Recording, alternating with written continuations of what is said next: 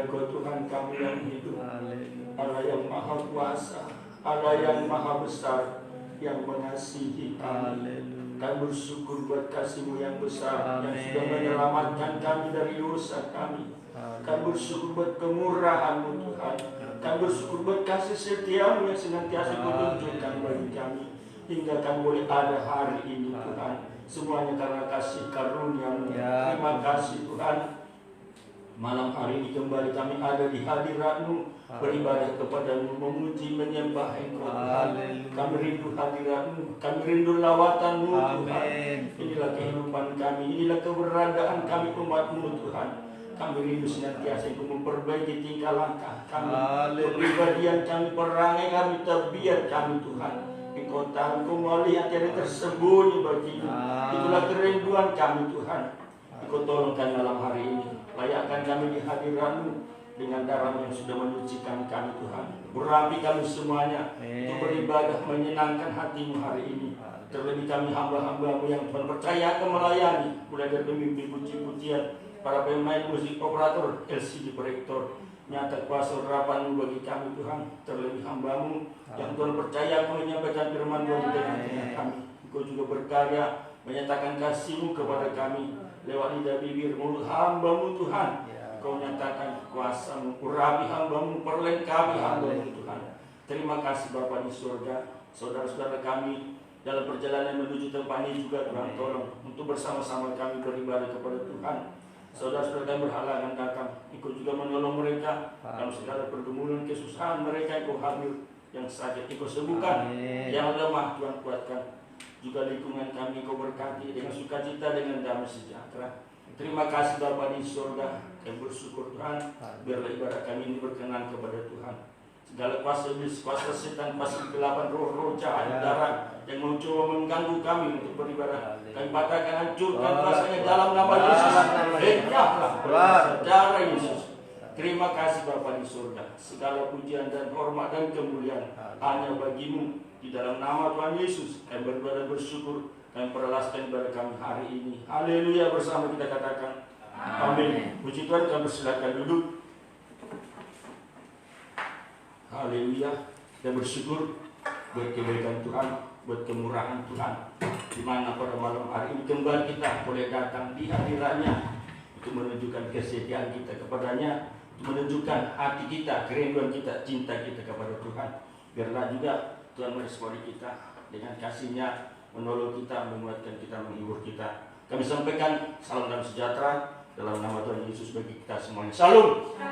Haleluya. Mari kita angkat pujian kita. Tuhan tetapkan langkah kami.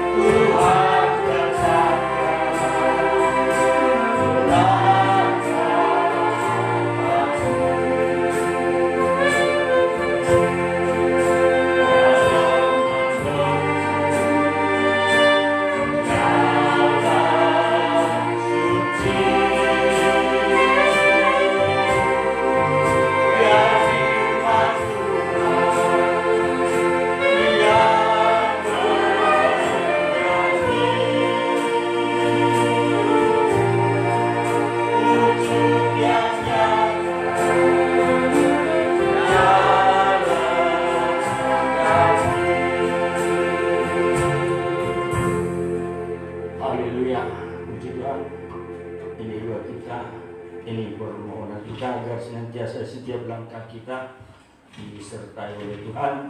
Setiap langkah kita boleh mengikuti jejaknya Tuhan sehingga kita tidak goyah. Haleluya. Masih kita angkat pujian kita, Ku kalahkan musuh. Sayangnya kita semua bersama kita bangkit berdiri bersukacita. Kita angkat pujian ini. Haleluya.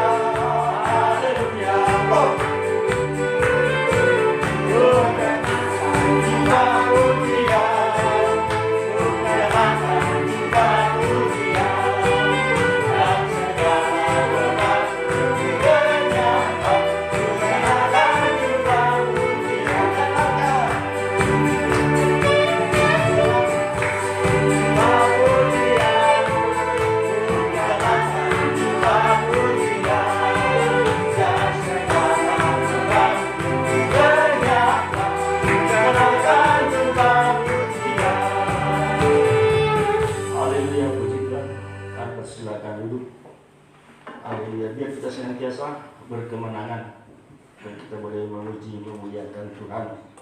Haleluya. Kita percaya kuasa Tuhan menyertai kita. Segala hal apapun yang kita hadapi, tantangan pencobaan, semuanya mendatangkan kebaikan. Haleluya. Mas kita angkat pujian kita, Allah yang setia.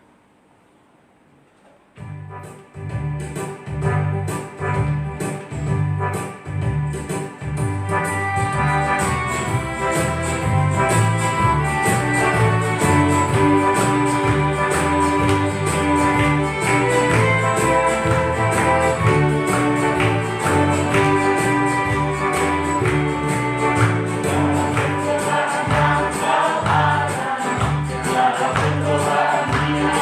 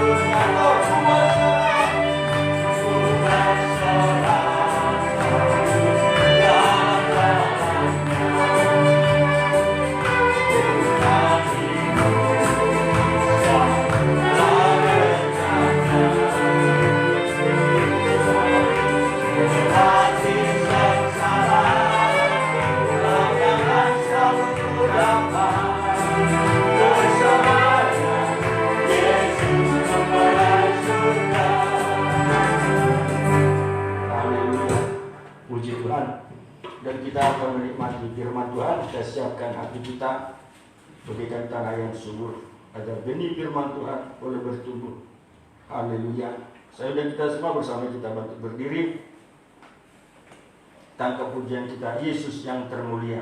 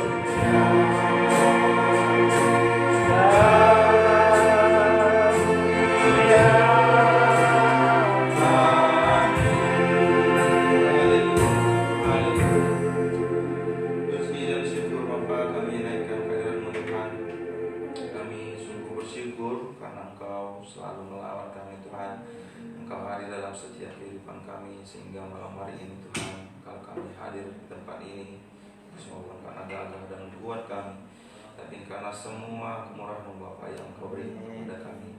Malam hari ini kami datang membawa seluruh hidup kami Tuhan, membawanya sebagai persembahan kepada-Mu Bapa. Biarlah Engkau menerimanya menjadi persembahan yang mengangkat hati-Mu Bapa.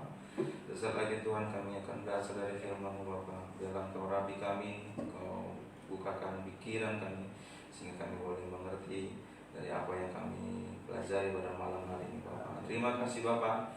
Terima kasih Tuhan Yesus, kami siap untuk mendengarkan firman Tuhan. Dalam nama-Mu untuk syukur berdoa. Haleluya. Amin. Di nama Tuhan kami silakan kembali.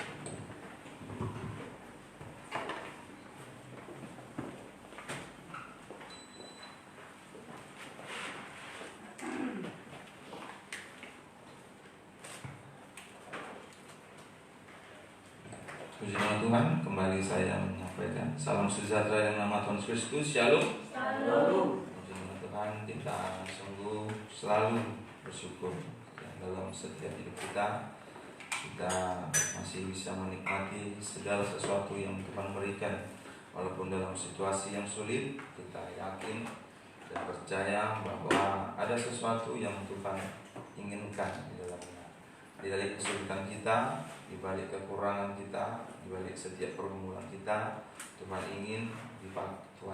ingin kita dipakai, sehingga dalam setiap pergumulan itu justru akhirnya nama Tuhan dipermuliakan.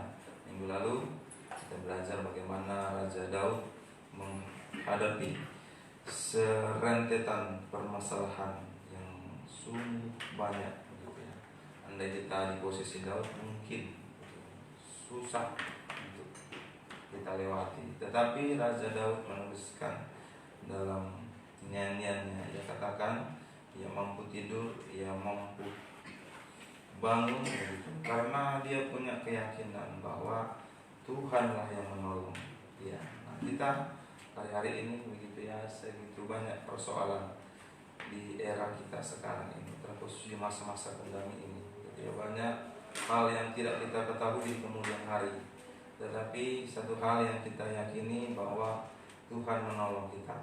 Kita harus bisa merubah pola pikir kita terhadap apa yang terjadi.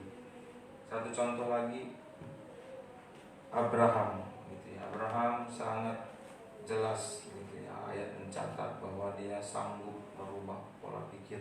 Waktu itu Tuhan katakan, ayo Abraham, kamu persembahkan anakmu yang satu-satunya. Padahal Tuhan sudah katakan bahwa Abraham akan memiliki keturunan yang banyaknya seperti bintang di laut dan seperti pasir di laut gitu. Tetapi ayat mencatat bahwa pola pikir Abraham, pola pikir Abraham, dia katakan ia berpikir. Nah, kita kadang pikiran kita yang membuat kita itu tidak bisa mengkontrol, sehingga sesuatu yang harusnya tidak jadi masalah justru menjadi masalah. Masalah yang kecil saja justru menjadi masalah yang besar pada akhirnya. Ketika kita tidak bisa mengontrol pola pikir kita, justru itu juga yang akhirnya membuat kita jauh, bahkan akhirnya bisa meninggalkan Tuhan. Coba kita baca, saya tanya tadi Ibrani 11 Ia pikir. Kita sekarang kalau ada masalah, langsung kita pikiran jalan keluar bagaimana, sanggupkah, bagaimanakah nanti konsekuensinya, bisakah. Daud enggak, dia bilang tidur saja, tenang, bisa ditidur, besok pagi bangun. Dia tahu siapa penolongnya. Abraham juga begitu, janji sungguh besar, memiliki keturunan seperti bintang di langit, pasir di laut. Tuhan bilang persembahkan, ya sudah persembahkan, karena pikirannya. Nah, kita juga di hari-hari ini seluruh dunia seluruh manusia menghadapi situasi yang sulit, pikiran kita menjadi dasar kita, supaya kita bisa melewati, Ibrani 11 ayat yang ke 17 sampai 19 ya.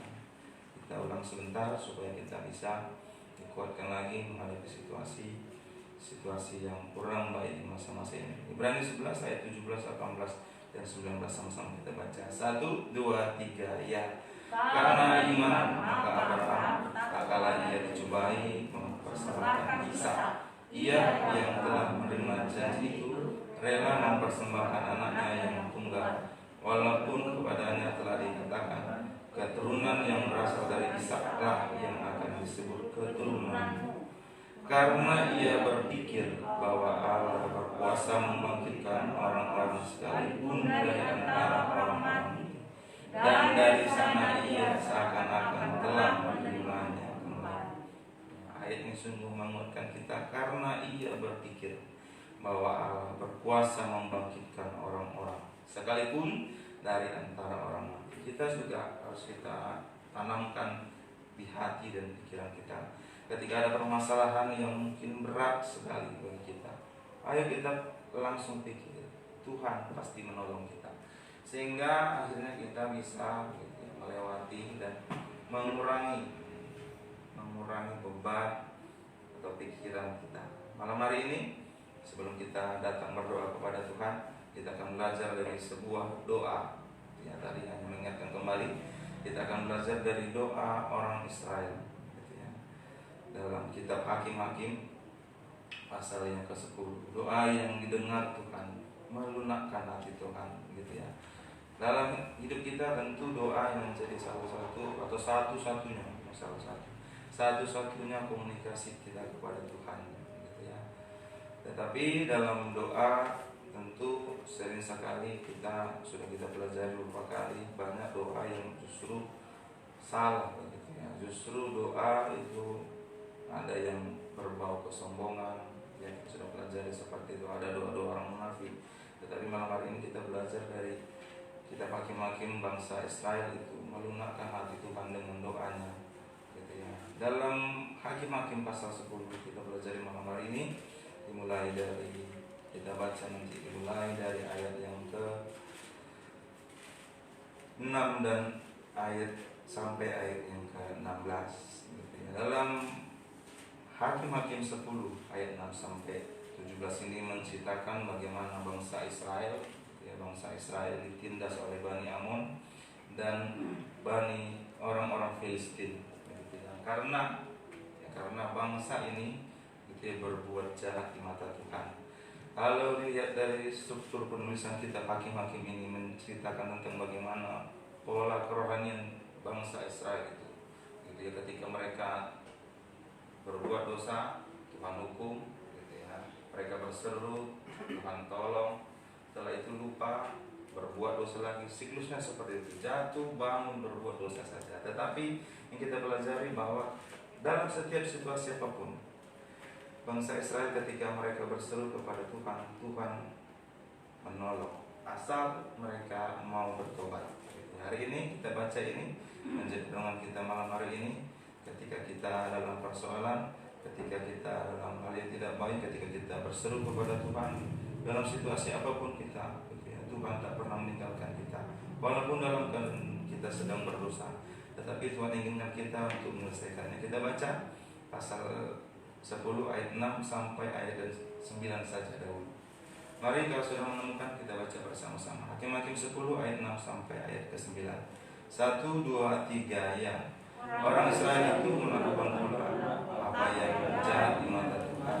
Mereka beribadah kepada Baal dan para kasih Korah, kepada para Allah, para Allah orang Sidon dan para orang Moab, para Allah Bani Amon dan para Allah orang Filistin. Tetapi Tuhan ditinggalkan mereka dan kepada Dia mereka tidak beribadah.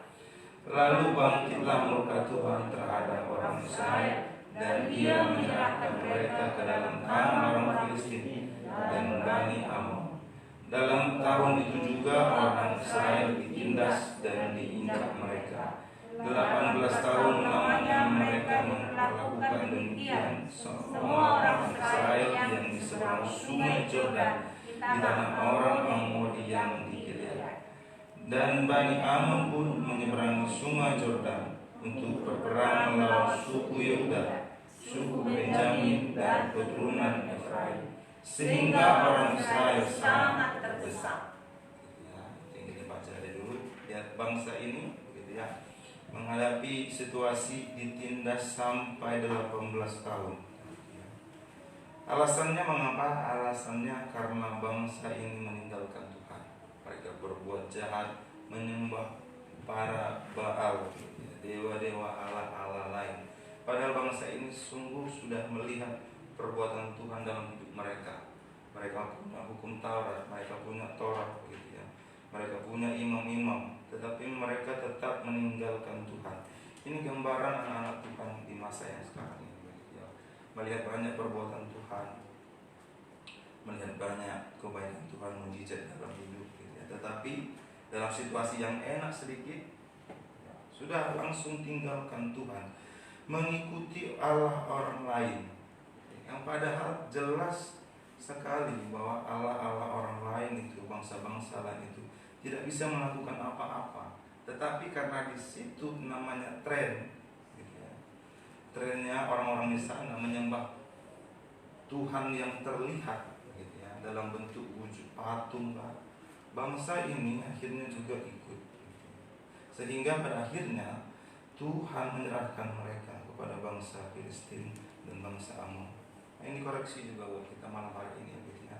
Dalam keadaan yang sudah mungkin baik, gitu, sudah mulai nyaman, gitu ya, tetapi kadang kita ditinggalkan Tuhan, sehingga Tuhan akhirnya hukum kita.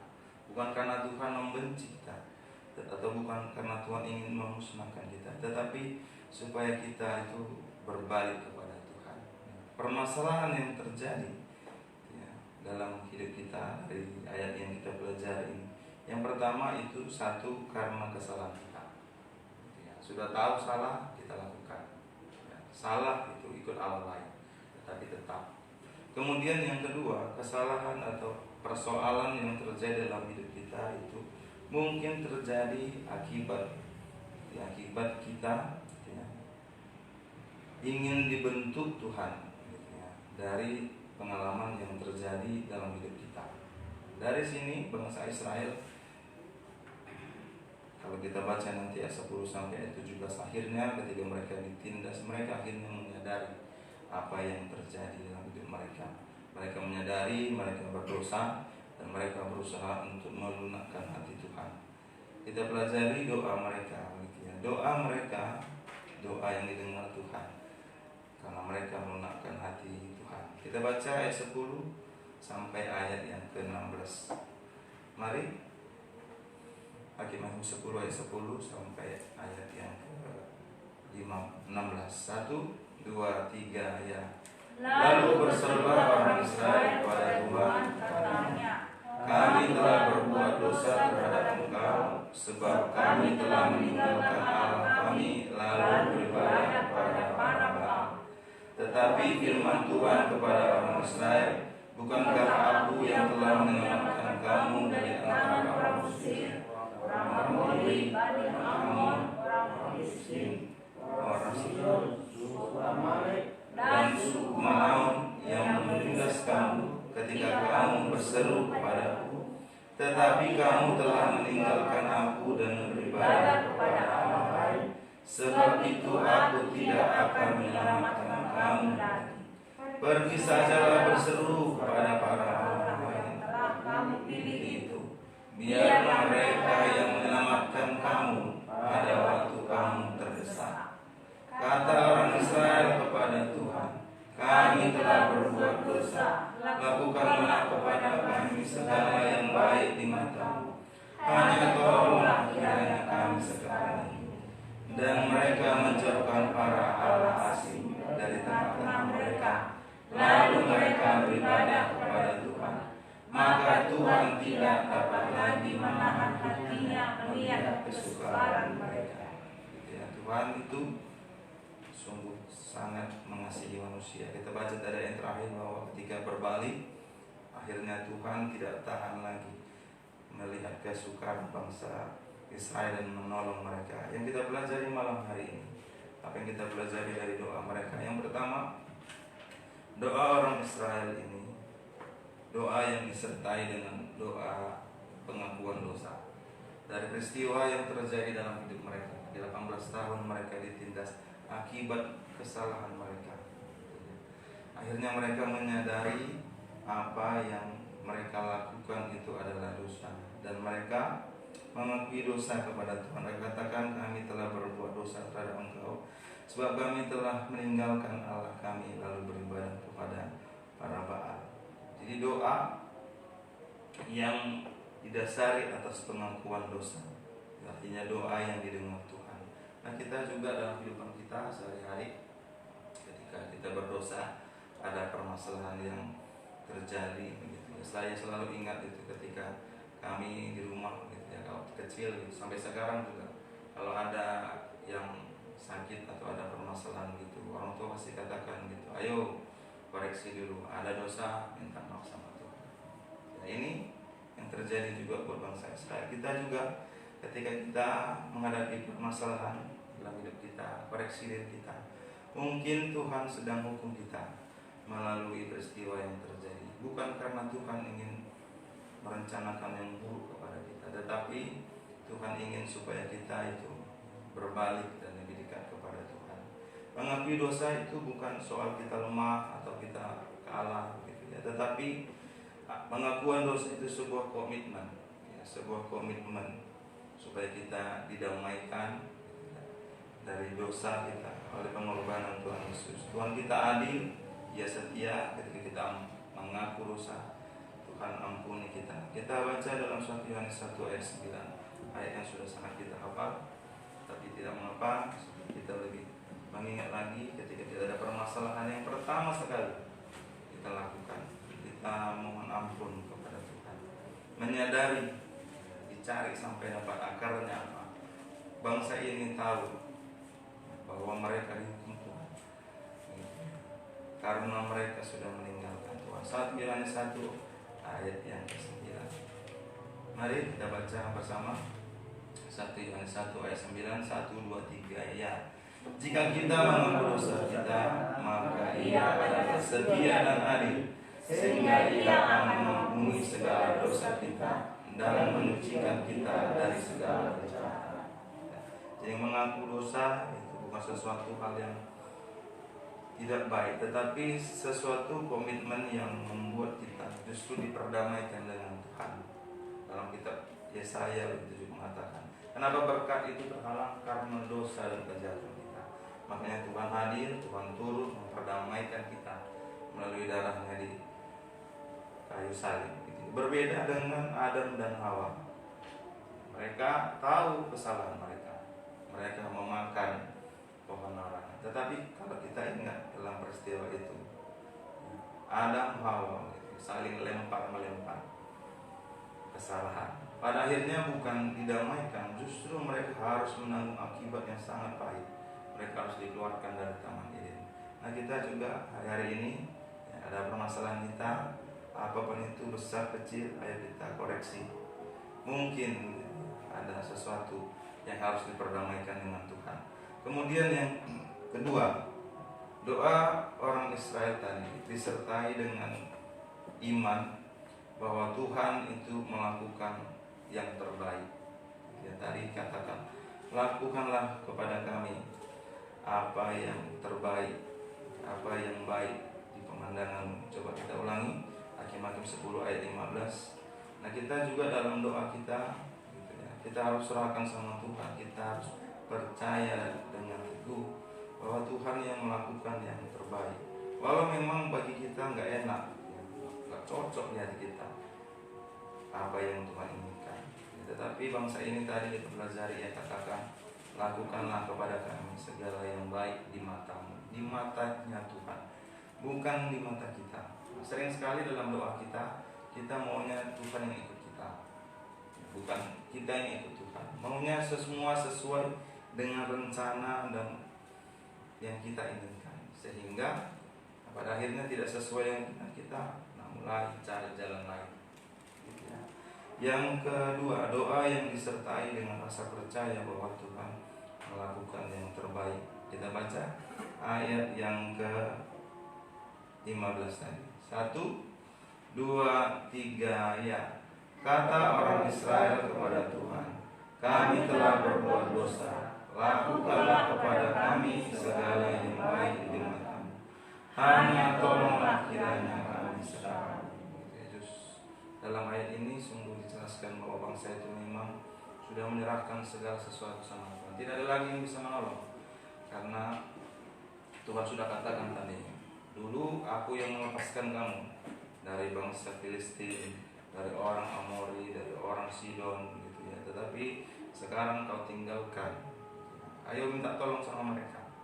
Mereka menyadari bahwa hanya Tuhan yang bisa menolong, bukan Allah-Allah lain. Kita juga sekarang dalam doa kita, apakah kita benar percaya bahwa Tuhan melakukan yang terbaik? Atau ketika kita berdoa, kita bilang Tuhan lakukan yang terbaik, tetapi dalam prakteknya kita sering sekali mencoba melakukan dari sisi kita yang terbaik, melakukan usaha-usaha yang kita anggap baik, sehingga doa dan perbuatan kita itu bertentangan. Nah, kita juga ingat bahwa pada suatu ketika Tuhan Yesus bertemu dengan 2 orang buta. Si 2 orang buta itu meminta pertolongan Tuhan. Lalu Tuhan tanyakan, ya, percayakah engkau? Nah, kita juga dalam doa-doa kita sering sekali ditantang dengan iman, gitu ya. Hamba Tuhan menyampaikan firman Tuhan, gitu ya, tantang dalam doa kita supaya kita lakukan dengan iman, kita berdoa dengan iman. Tetapi ketika dalam praktek, nah justru doa dan perbuatan kita gitu, berlawanan. Coba kita baca Matius 9 ayat 28 dan 29.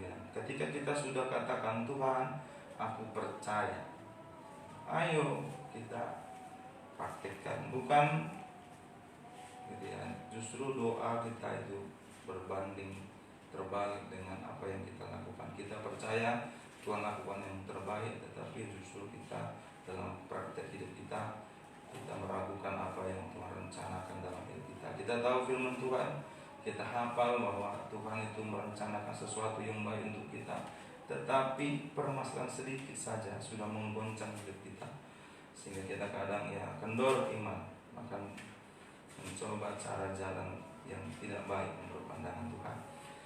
Matius 9 ayat 28 sampai ayat yang ke-2, atau kita baca saja ayat 27 sampai 31. Matius 9 27 ayat Matius 9 27 sampai 31. Mari kita baca bersama-sama. 1, 2, 3 ya. Ketika Yesus meneruskan perjalanannya dari sana, 2 orang buta mengikutinya sambil berseru-seru dan berkata, kasihanilah kami, hai anak Daud.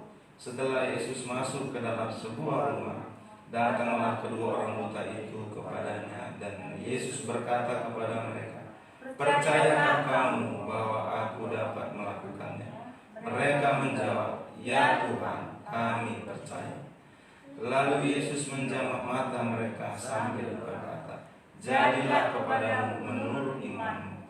Maka meleklah mata mereka, dan Yesus pun dengan tegas berpesan kepada mereka, katanya, janganlah supaya jangan seorang pun mengetahui hal ini.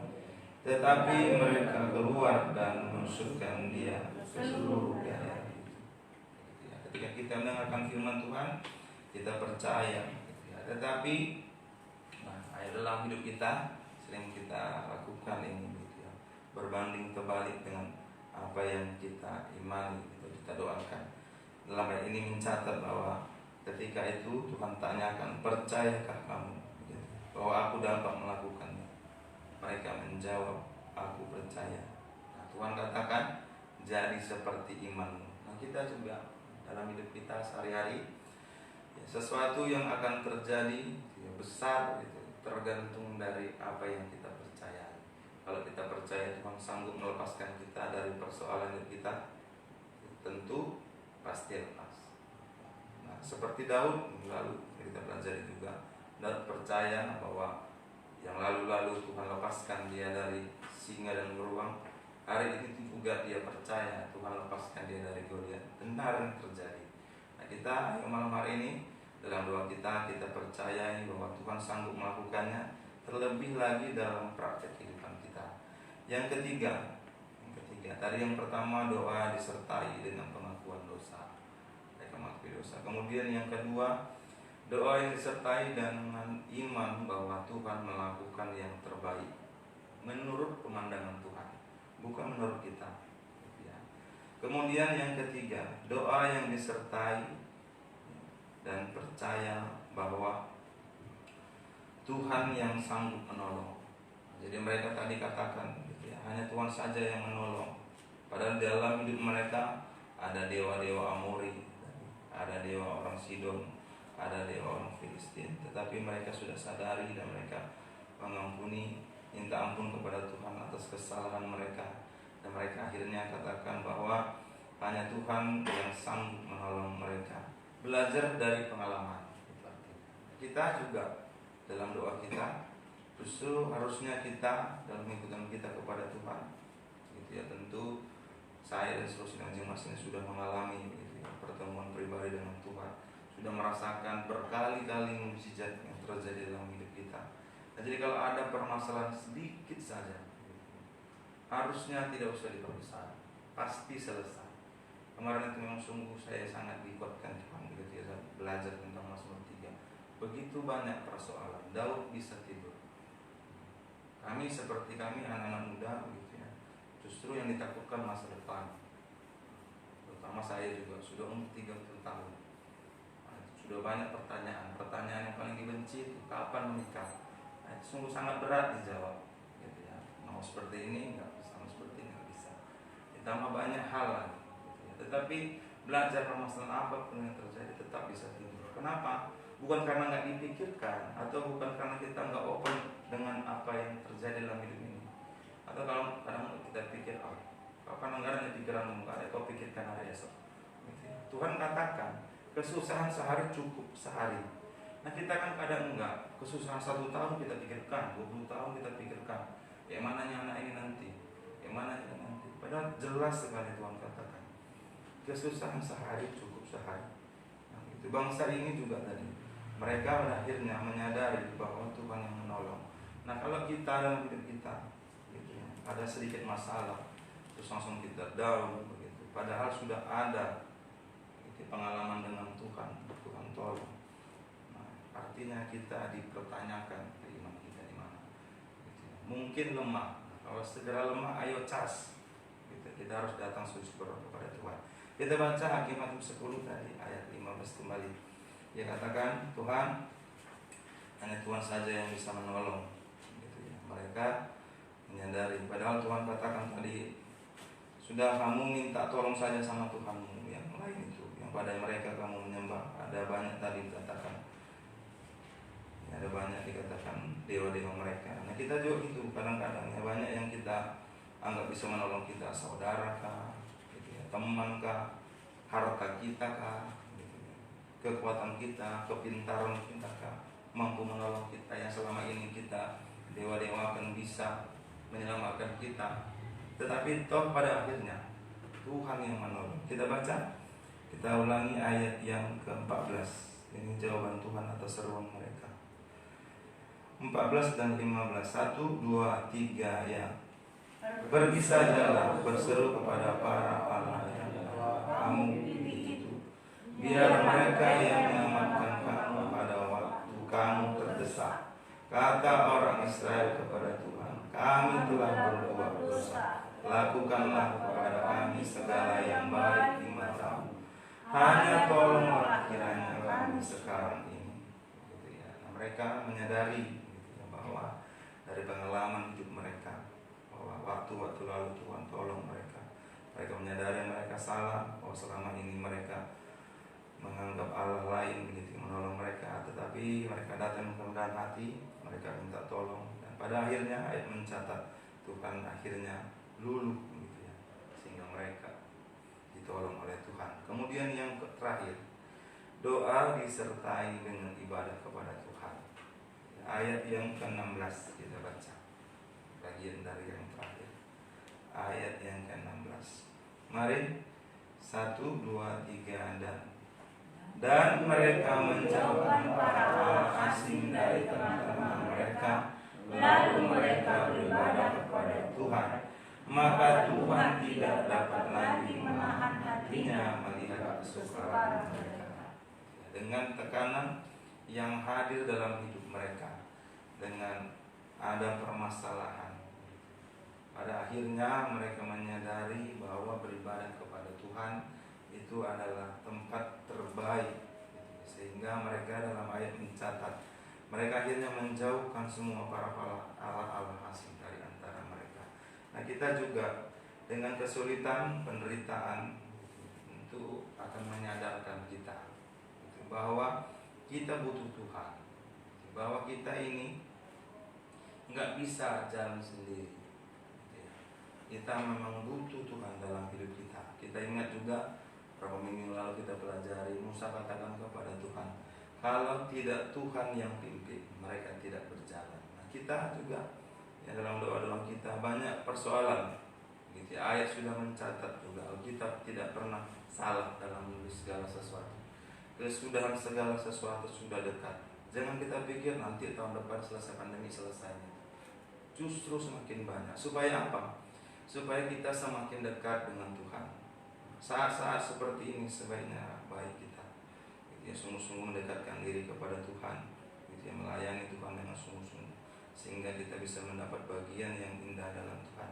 Ini yang kita pelajari malam hari ini. Hasilnya ketika mereka sudah berdoa, mereka berserah, ayat mencatat dari Tuhan luluh hatinya, maka Tuhan tidak dapat lagi menahan hatinya melihat kesukaran mereka. Tuhan utus seorang yang menolong mereka yang bernama Yeftah. Di sidang jemaat boleh baca di rumah. Akhirnya mereka lepas dari penindasan itu, mereka dapat beribadah dan bisa hidup tentram dan damai. Ini yang kita pelajari malam hari ini. Kesulitan yang kita alami dan hari-hari ini, pergumulan kita akibat kesalahan kita, salah satunya. Kemudian kesulitan datang untuk membuat kita dekat kepada Tuhan, bukan menjauh dari Tuhan. Kemudian kesulitan menyadarkan kita itu bahwa kita tidak bisa berjalan sendiri, bahwa kita selalu membutuhkan uluran tangan Tuhan. Persoalan yang kita hadapi itu seperti pujian tadi itu tidak melebihi kekuatan kita, tetapi ayat itu mencatat bahwa Dia datang selalu memberi kekuatan kepada kita. Mari ini kita malam hari ini yang undang pemain musik masuk ke depan, kita datang dalam doa kita bisa koreksi kita hari-hari ini supaya kita bisa lebih dekat kepada Tuhan, menaikkan doa-doa kita. Kita berdoa kepada Tuhan bukan supaya Tuhan mendengar doa kita atau supaya Tuhan berjalan sesuai dengan apa yang kita rencanakan, tetapi kita berdoa supaya Tuhan berikan kekuatan kepada kita supaya kita bisa berjalan sesuai dengan rencana Tuhan. Kita naikkan pujian kita tadi 124.